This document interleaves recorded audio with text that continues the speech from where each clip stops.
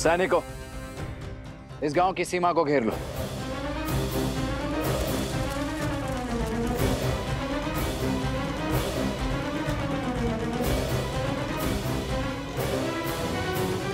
कौशल की भूमि पर अयोध्या के ध्वज के स्थान पर यह चिन्ह लगाने का दुस्साहस किसने किया है?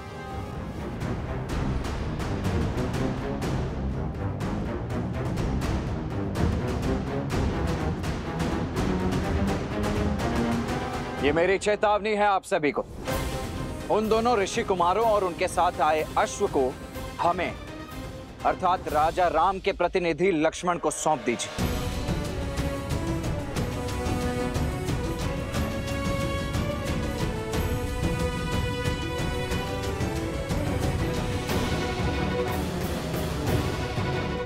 समझ गया। विरोध की आंधी विवेक को उड़ा ले गई। आप सभी पीछे हट जाइए, अन्यथा विवश होकर मुझे आप सभी को बंदी बनाना होगा। हमारे मन में राजा राम के लिए श्रद्धा भी है और सम्मान भी, किंतु हम लव को अपना राजा और उनके भ्राता कुश को अपना युवराज मान चुके हैं। इसलिए अब आपको हमारे गांव के भीतर आने के लिए उनकी आज्ञा लेनी ही होगी। ये कौशल राज्य है और यहाँ के केवल एक ही राजा है, कौशल नरेश, अयोध्यापति श्री राम। किंतु ये समय आप सभी की आंखों पर बंधी भ्रम की पट्टी खोलने का नहीं है। पग पीछे हटाइए। हम यहाँ उस अश्व और शत्रुघ्न को लेकर यहाँ से चले जाएंगे। आप में से किसी को कोई क्षति नहीं पहुंचेगी। पग पीछे हटाइए और भीतर आने दीजिए हमें। क्षमा करें, महाराज की अनुमति के बिना आप भीतर नहीं जा सकते। अन्यथा क्या?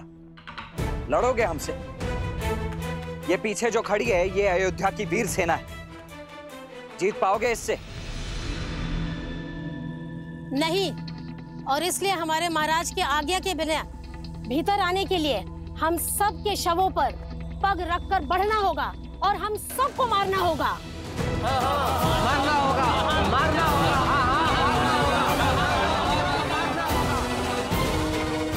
आइए, रंगिए अपनी तलवार को हम निर्दोषों के रक्त से।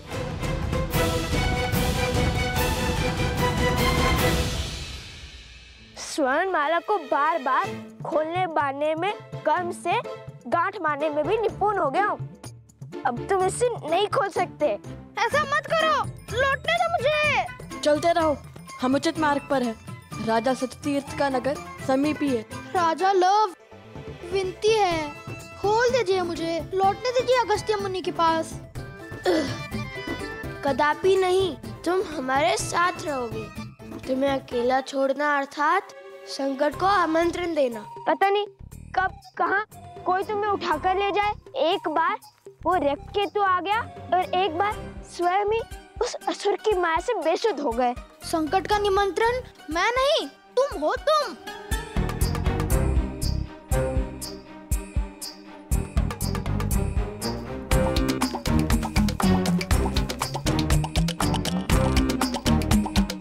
रुक जाता तो अगस्त्य ऋषि से तनिक ज्ञान ही ले लेता। वो एक ग्रास में पूरा का पूरा वो तभी असुर खा गए थे। आता समुंदर को पीकर बंजर कर दिया था उन्होंने। ना कुछ सीख जाता उनसे। क्यों, जल पीना नहीं आता क्या? अच्छा, तो आलो का पूरी क्यों नहीं लेकर गए मुझे? ले जा रहे हो तो वो भी वहाँ जहाँ प्रेतों का डेरा है। मेरे पास तो स्वर्ण कमल की माला भी नहीं कि मैं अदृश्य हो सकूं। आलोकपुरी के मार्ग में हमने तुम्हें नहीं छोड़ा था। तुम स्वयं पीछे रह गए थे। इतना खाते क्यों कि भाग ही ना सको?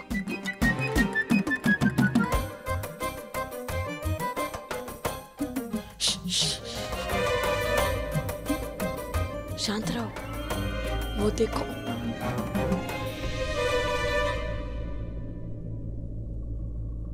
देखो, कहा था ना तुम संकट में ले जाओगे मुझे। नहीं नहीं नहीं, कुछ जाने दो मुझे।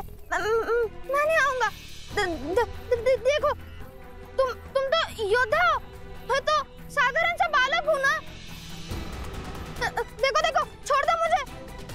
भाग सकता हूँ, लड़ नहीं सकता। चलो चलो। नहीं, कुछ नहीं होगा, कुछ नहीं होगा तुम्हें।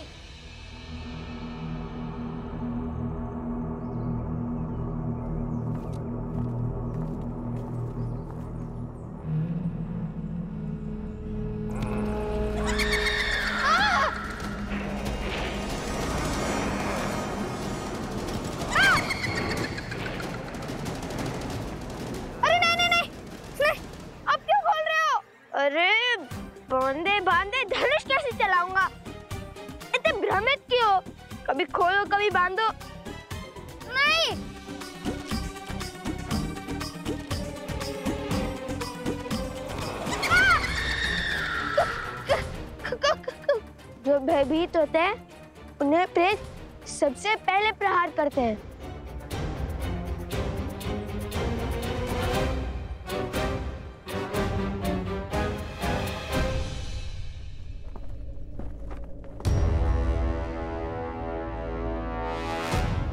आप सभी मिलकर किसी को भी राजा बना देंगे तो क्या वो मान्य हो जाएगा? मानना पड़ेगा, क्योंकि जिन्होंने हमारे प्राण बचाए उन पर प्राण निछावर करने का धर्म है हमारा। लव कुश जितने वीर हैं उतने ही धीर भी। वो हमारे रक्षक भी हैं और हमारे शुभचिंतक भी। परंतु क्या शास्त्र इसकी अनुमति देते?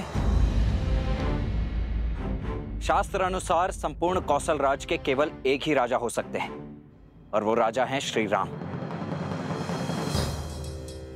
शास्त्रों की अनुमति से ही ये निर्णय लिया है हमने। परिस्थिति के अनुसार विशेष पूजा करके कुछ समय के लिए अपना राजा बदल सकते हैं और इनका राज्याभिषेक तो स्वयं ऋषिवर हरित ने किया है। इसलिए आने वाली पूर्णिमा तक लव ही हमारे महाराज रहेंगे। हाँ हाँ, लव और कुश ने असुरों को मारकर हम सबको घोर विपदा से बचाया है। रघुकुल ने रक्त बहाया है इस धरा के लिए और आज इसी धरा की प्रजा अपने ही राजा के आदेश की अवहेलना कर रही।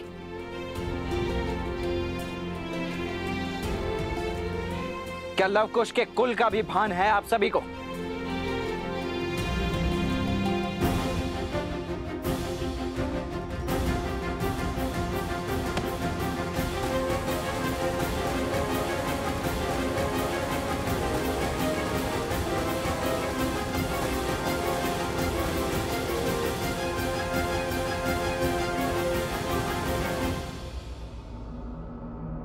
भूत प्रेतों की नगरी, यही स्थान मिला था ऋषि अगस्त्य को। यहाँ अजय होना तो छोड़ो, जीवित रहना भी कठिन लगता है। अभी तो उनकी महिमा गा रहे थे। हाँ, आगे बढ़ो।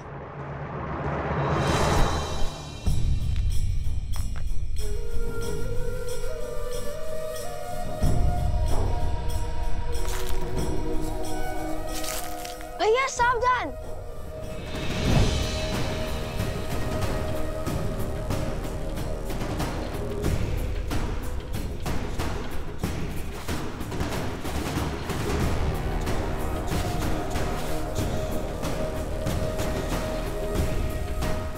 ये तो स्वर्ण है।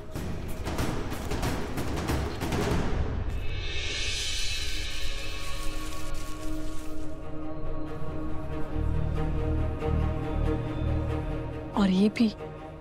भैया, ये स्थान स्वर्ण से बना है। कहीं हम लंका तो नहीं पहुंच गए? अच्छा, तो अभी तक कितने सागर पार किए हैं तुमने?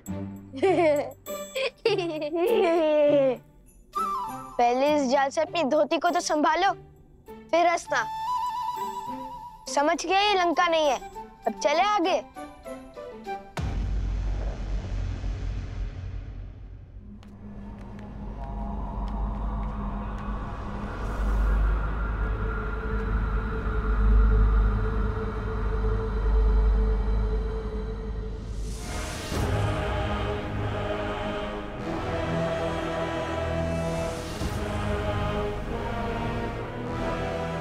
यहाँ तो सन्नाटा है, जीवन का कोई चिन्ह नहीं है।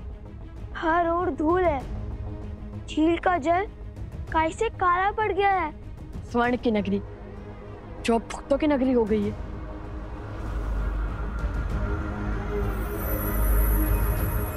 यह अवश्य ही सतीर्थ का महल होगा।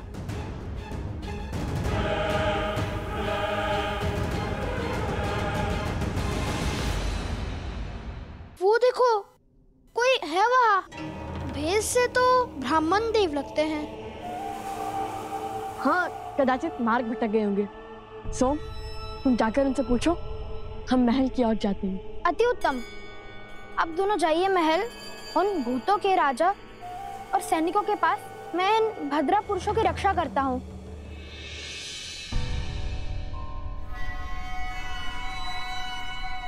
मैं तो बच गया। सुनिए ब्रह्मदेव। प्रेत!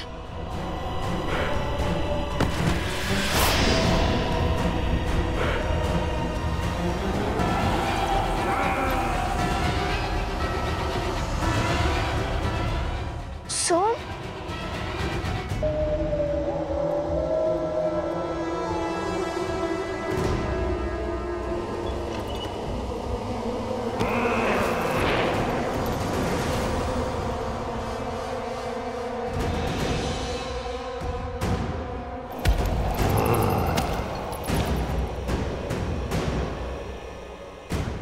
प्रेतात्माएं, जिनका श्राद्ध पूर्ण नहीं हुआ।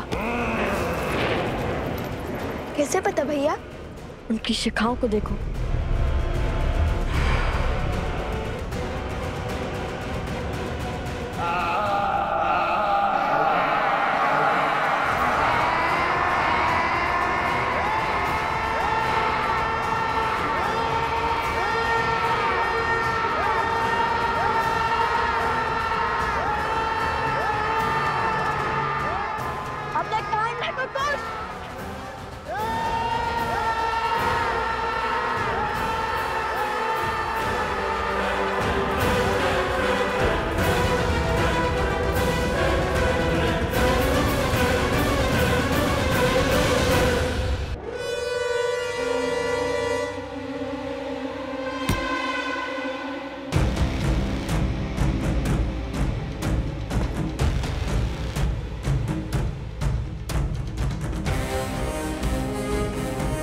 ये सब क्या हो रहा है?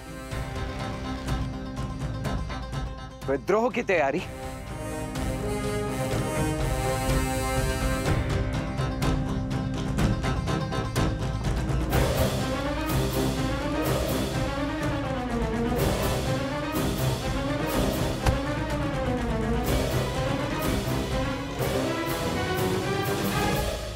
तो अब आप सब श्री राम के विरुद्ध उस शस्त्र उठाने को उत्सुक हैं। क्या यही है श्री राम और अयोध्या के प्रति आपका सम्मान?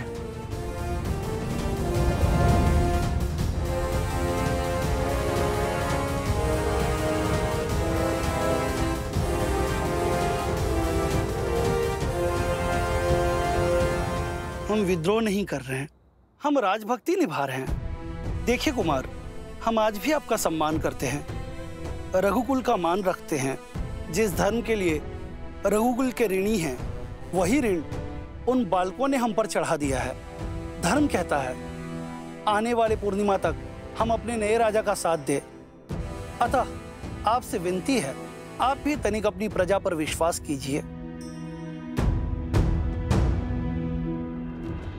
अपने राजा की ढाल बनना यदि आपकी इच्छा है, तो अपने राजा की आज्ञा का पालन करना मेरा कर्तव्य है। उन दोनों ऋषि कुमारों ने हमारे अश्व और मेरे छोटे भाई शत्रुघ्न का अपहरण किया है।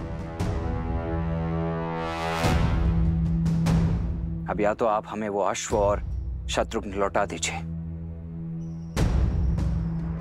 अन्यथा युद्ध के लिए सज्ज हो जाइए।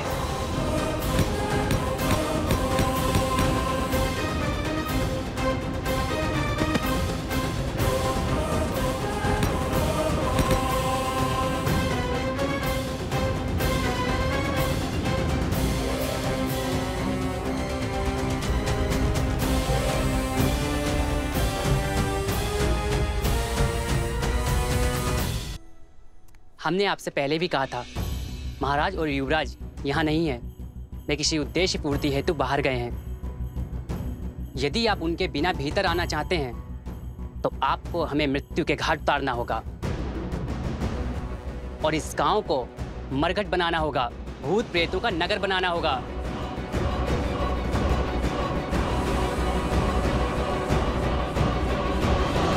माता, जब आपकी माता ने आपकी प्रतिमा को यज्ञ में विराजमान देखा, तो वो भाव विभोर हो उठी। माता, वो आंखों में आंसू लिए कहने लगी कि प्रभु श्री राम को पहचानने में भूल हुई उनसे। प्रभु श्री राम को जिसने नहीं जाना, उसने कुछ नहीं जाना। माता, ये बात तो उचित कही उन्होंने। माता, शीघ्र ही अयोध्या आपको पुनः पाने का सौभाग्य पाएगी माता।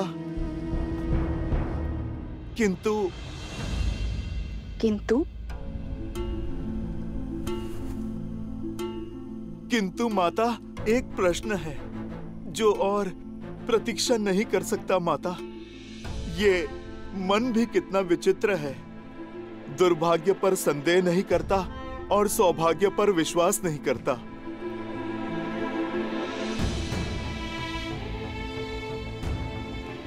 पुत्र का अधिकार है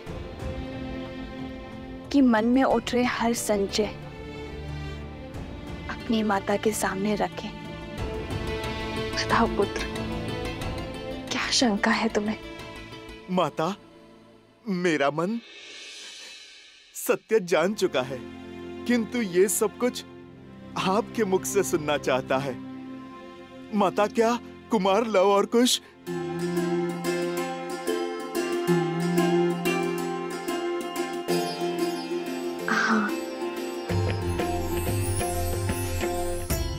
कुछ मेरे ही पुत्र श्री राम के तने रघुकुल के वंशज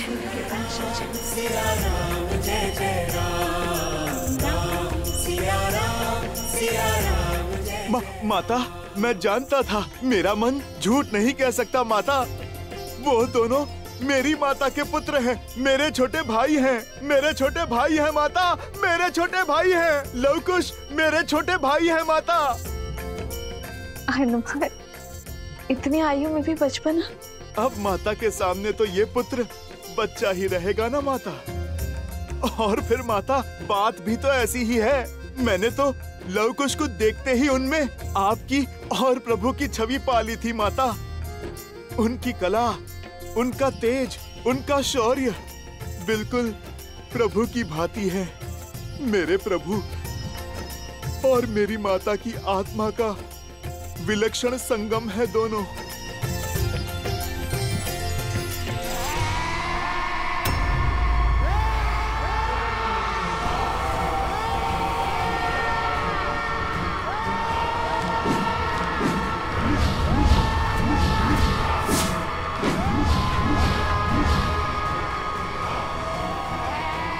इनके सामने अधिक देर तक नहीं टिक पाऊंगा कुश। इनकी चीखों के सामने मेरी सुध खो रही है।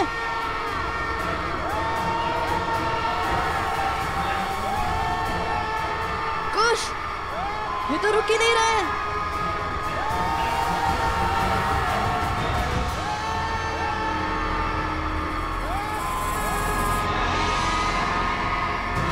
दिव्यास्त्र का उपयोग कीजिए भैया। मुनिवर ने हमें इन्हें जीवित करने के लिए भेजा था, इन्हें मारने नहीं। मिल गया उपाय। हनुमान, संभालो स्वयं को। माता, मैं क्या करूं? मन उल्लास के सागर में गोते खा रहा है। उन्हें यहाँ वन में नहीं, वहाँ महलों में होना चाहिए। राजकुमारों के भांति जीना चाहिए माता। समर्पण से बोए और प्रेम से सींचे दाम्पत्य को खंडित करने का साहस कहां से लाती है नियति? क्या मैं अयोध्या के कल को आज उनके पिता के सम्मुख नहीं ले जा सकता माता? क्या प्रभु और आपके पग में पड़ी वियोग की बेड़ियों को मैं नहीं काट सकता माता? हनुमान, जब मेरा तप पूर्ण होगा तो मेरे प्रभु श्री राम मुझे और मेरे पुत्र को ढूंढने अवश्य आएंगे। भगवान वाल्मीकि और अन्य मुनिवर लवकुश को जिस पथ पर भेज रहे हैं वो तप का ही पथ है हनुमान। और तुम तो बल और बुद्धि दोनों के ही स्वामी हो हनुमान। तुम्हें कुछ समझाने या बताने की आवश्यकता नहीं है। जो उचित लगे वो करो। जब लवकुश का जन्म हुआ था तो तो शत्रुघ्न भैया यहाँ आए थे। तब मैंने उनसे कहा था सूर्यवंश के इन सूर्य का तेज अयोध्या तक नहीं पहुंचना चाहिए। आप किसी से कुछ नहीं कहेंगे भैया, किंतु तुम्हें कोई आज्ञा, कोई आदेश नहीं दूंगी, क्योंकि मेरे पुत्र हनुमान का निर्णय अनुचित हो ही नहीं सकता। माता, आपने मुझे डाल दिया ना धर्म संकट में। मेरा मन कहता है कि अभी प्रभु को सब सत्य बता दूं, किंतु धर्म तपस्या भंग करने का मैं अपराध नहीं करना चाहता माता।